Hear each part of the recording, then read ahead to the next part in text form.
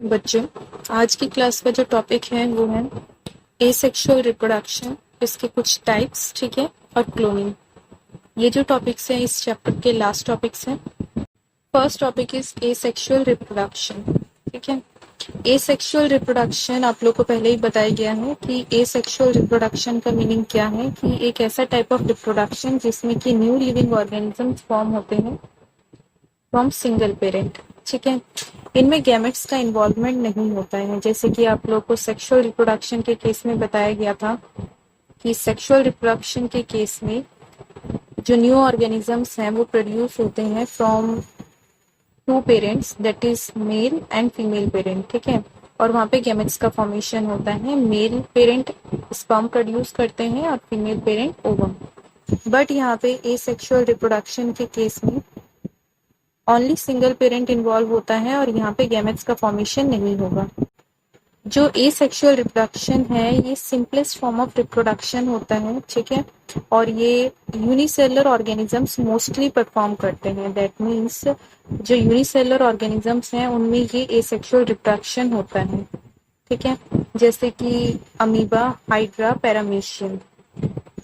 तो asexual reproduction clear है। Asexual reproduction में आप लोग को क्या बताया गया है कि ये एक टाइप का ऐसा रिप्रोडक्शन है जिसमें ओनली सिंगल पेरेंट्स इन्वॉल्व होते हैं और इसमें गैमेट्स का फॉर्मेशन नहीं होता है।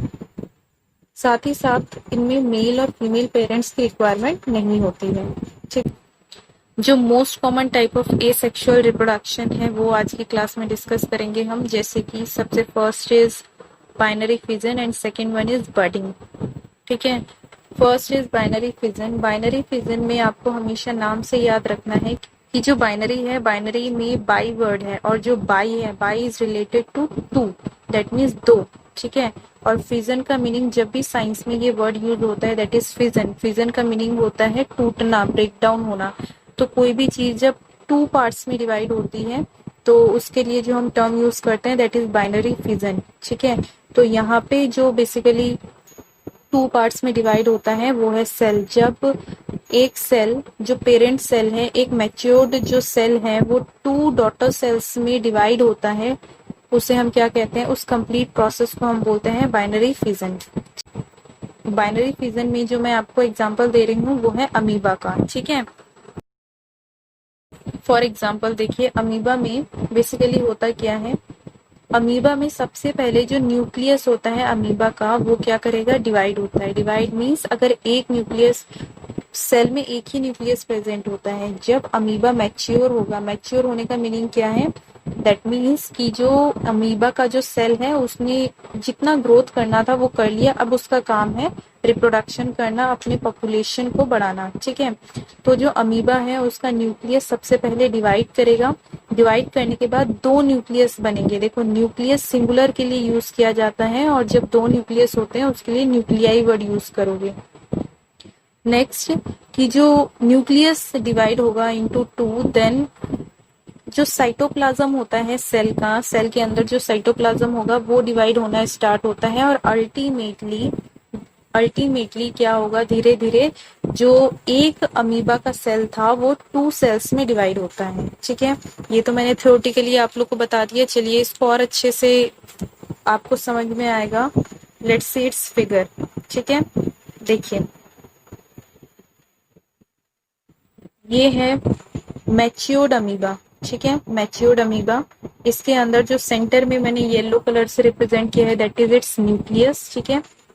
न्यूक्लियस के साइड में जितना भी पोर्शन आपको दिख रहा है दैट इज साइटोप्लाज्म। ये सारी चीजें आप लोग सीखेंगे, सेल वाले चैप्टर में एक्सप्लेन किया जाएगा इन फ्यूचर, ठीक है। अभी जितना समझाया जा रहा है उतना समझो, कंफ्यूज होने की जरूरत नहीं है। ध्यान से सुनो कि जो यहाँ पे मिडल में येलो पोर्शन है दैट इज न्यूक्लियस। न्यूक्लियस के साइड में जो आपको दिख रहा है दैट इज साइटोप्लाज्म। और ये जो कंप्लीट सेल है ये मैच्योर्ड हो चुका है, दैट्स वाई हम इसे क्या कह रहे हैं, इसे हम कह रहे हैं पेरेंट सेल, ठीक है। मैच्योर्ड है दैट्स वाई हम इसे कह रहे हैं पेरेंट सेल। क्यों? क्योंकि ये आगे जाके और सेल्स प्रोड्यूस करेगा, ठीक है। जब प्रॉपरली ये मैच्योर हो जाएगा, जैसे कि मैंने बताया, मैच्योर्ड होने के बाद जो अमीबा का जो सेल है सेल के अंदर का न्यूक्लियस धीरे धीरे डिवाइड होना शुरू करेगा। ध्यान से देखो, फर्स्ट स्टेप में जो न्यूक्लियस है उसमें कोई चेंजेस नहीं है, लेकिन सेकंड स्टेप में न्यूक्लियस देखो थोड़ा बहुत बड़ा हो रहा है। दैट मीन्स उसमें खिंचाव आता है, वो स्ट्रेच होता है, ठीक है। इतना ज्यादा उसमें खिंचाव आता है कि अल्टीमेटली जो न्यूक्लियस है वो टू न्यूक्लियस में डिवाइड हो जाता है। टू न्यूक्लियस को हम क्या बोलेंगे? न्यूक्लियाई। दैट मीन्स एक न्यूक्लियस अगर है तो न्यूक्लियस ही बोलोगे, और एक से ज्यादा न्यूक्लियस है तो न्यूक्लियाई आपका होगी, ठीक है। तो देखो यहाँ पे जो न्यूक्लियस है वो दो पार्ट्स में डिवाइड हो गए। साथ ही साथ इसके संग क्या होगा, एक और जो प्रोसेस चलता है कि न्यूक्लियस के डिवीजन के साथ ही साथ जो साइटोप्लाज्म है सेल का वो भी डिवाइड होता है। दैट मीन्स जो साइड वाला पोर्शन है वो भी साथ ही साथ डिवाइड होगा, ठीक है। तो देखो यहाँ पे जो साइटोप्लाज्म है वो भी डिवाइड हो रहा है। जब सेल डिवाइड होने वाला होता है तो उनके बीच में एक कंस्ट्रिक्शन डेवलप होता है। कंस्ट्रिक्शन डेवलप होने का मीनिंग क्या है? उनके बीच में एक पार्टीशन आना स्टार्ट होता है, ठीक है। और इसी पार्टीशन को हम क्या कहेंगे? कंस्ट्रिक्शन।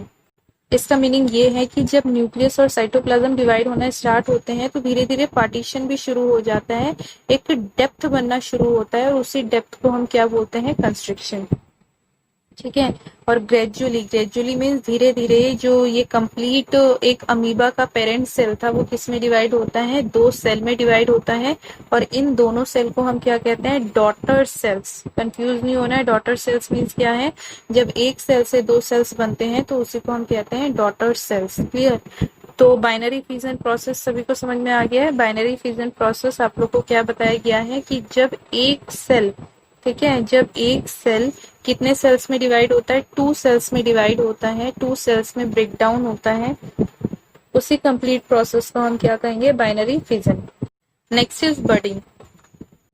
जो बडिंग है ये भी एक टाइप का एसेक्सुअल रिप्रोडक्शन है जो कि कुछ फंजाई में देखे जाते हैं, जैसे कि ईस्ट आपको पता है जिसे हम हिंदी में खमीर कहते हैं। यहाँ पे बडिंग को एक्सप्लेन करने के लिए मैंने हाइड्रा का एग्जांपल लिया है। जैसे बाइनरी फिजन को एक्सप्लेन करने के लिए मैंने अमीबा का एग्जांपल लिया था, वैसे बडिंग को एक्सप्लेन करने के लिए मैंने यहाँ पे हाइड्रा का एग्जांपल लिया है, ठीक है। एग्जैक्ट डेफिनेशन बडिंग की समझने से पहले जो हाइड्रा में बडिंग होता है कैसे होता है, let's see here, after that I will explain you. Hydra basically देखो ये है हाइड्रा, ठीक है। हाइड्रा जब कंप्लीटली मैच्योर हो जाता है, दैट मीन्स उसमें सारी ग्रोथ हो जाती है, then it will become parent hydra. तो इसमें धीरे धीरे एक स्वेलिंग आती है किसी पार्ट में, ठीक है, छोटा सा स्वेलिंग आएगा, उसी को हम क्या कहते हैं? बड।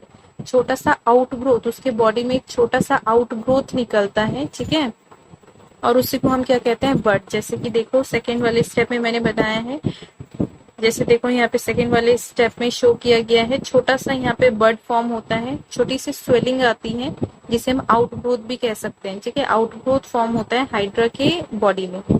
ये जो बर्ड फॉर्म हुआ है धीरे धीरे ग्रो करेगा, जिसे हम क्या कह रहे हैं? ग्रोइंग बर्ड, ठीक है। ग्रेजुअली जो ग्रोइंग बर्ड है उसका साइज इंक्रीज होता है, और after attaining a certain size, एक प्रॉपर साइज अटेंड करने के बाद, ठीक है, जब एक प्रॉपर साइज हो जाता है इस बर्ड का, तो ये जो बर्ड होगा वो डिटैच हो जाता है पेरेंट प्लांट से, दैट मीन्स पेरेंट हाइड्रा से, और एक न्यू लिविंग ऑर्गेनिज्म के जैसे फिर इंडिपेंडेंटली रहता है। जब तक वो पेरेंट हाइड्रा के बॉडी में अटैच होता है तब तक वो डिपेंड करता है पेरेंट हाइड्रा में, लेकिन जैसे वो डिटैच होगा वो बिहेव करेगा as an independent living organism, ठीक है।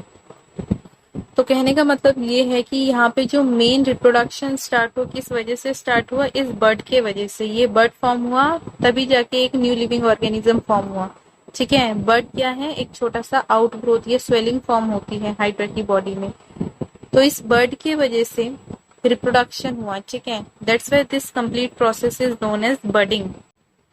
अब इसकी डेफिनेशन देखिए आप, डेफिनेशन में क्या है? डेफिनेशन में यही बोला गया है कि in this kind of reproduction new organism are develop from bud, that is where this type of reproduction is called budding. इसमें क्या समझाया गया है कि ये एक ऐसा टाइप ऑफ रिप्रोडक्शन है जिसमें कि न्यू लिविंग ऑर्गेनिज्म प्रोड्यूस होता है, किसके वजह से? Due to the formation of bud, that's why this complete process is known as budding, ठीक है। Next topic is cloning. Cloning basically है क्या? क्लोनिंग में जो सेल है उसकी एग्जैक्ट कॉपी प्रोड्यूस करवाई जाती है, और नॉट ओनली सेल, किसी भी लिविंग पार्ट का एग्जैक्ट कॉपी प्रोड्यूस करवाया जाता है, ठीक है। ये जो प्रोसेस है जितना सिंपल सुनाई दे रहा है उतना सिंपल नहीं है, बहुत सारे मेथड्स यूज किए जाते हैं, ठीक है, बहुत कॉम्प्लिकेटेड साइंटिफिक मेथड्स यूज किए जाते हैं, ठीक है, जिनके बारे में आप लोग हायर क्लासेस में, जब आप लोग हायर स्टडीज करेंगे तब आप लोग सीखेंगे। लेकिन अभी जितना आपको पता होना चाहिए वो ये है कि जो क्लोनिंग है एक ऐसा प्रोसेस है जिसमें हम एग्जैक्ट कॉपी प्रोड्यूस करते हैं किसी भी सेल की या किसी भी लिविंग पार्ट की, ठीक है। क्लोनिंग को सबसे पहले सक्सेसफुली किन्होंने परफॉर्म किया? क्लोनिंग को सबसे पहले सक्सेसफुली परफॉर्म किया इयान विल्मट ने, और इस प्रोसेस की हेल्प से एक शीप प्रोड्यूस करवाई, दैट इज जिसका नाम रखा गया डॉली। वेरी इंपॉर्टेंट, आपको पता होना चाहिए सबसे पहला जो क्लोन्ड ऑर्गेनिज्म इयान विल्मट ने प्रोड्यूस किया था दैट इज शीप, जिसका नाम क्या था? डॉली। जो क्लोनिंग प्रोसेस है इट्स वेरी इंपॉर्टेंट, आज के टाइम में बहुत ज्यादा इंपॉर्टेंट है, ठीक है, क्योंकि इस प्रोसेस की हेल्प से बहुत सारी डिजीजेस को भी ठीक किया जा सकता है, जैसे कि कैंसर। क्लियर है क्लोनिंग के बारे में? क्लोनिंग में आपको क्या याद होना चाहिए? क्लोनिंग एक ऐसा प्रोसेस है जिसमें कि सेल की एग्जैक्ट कॉपी या किसी भी लिविंग पार्ट की एग्जैक्ट कॉपी आप प्रोड्यूस कर सकते हो, ठीक है। नेक्स्ट जो क्लोनिंग है सबसे पहले सक्सेसफुली परफॉर्म किया इयान विल्मट ने, और इस प्रोसेस की हेल्प से एक न्यू लिविंग ऑर्गेनिज्म प्रोड्यूस करवाया जो कि एक शीप थी, दैट इज भेड़ थी, जिसका नाम रखा गया डॉली। और क्लोनिंग प्रोसेस की हेल्प से बहुत सारे डिजीज, बहुत सारे बीमारियों को ठीक किया जा सकता है, ठीक है।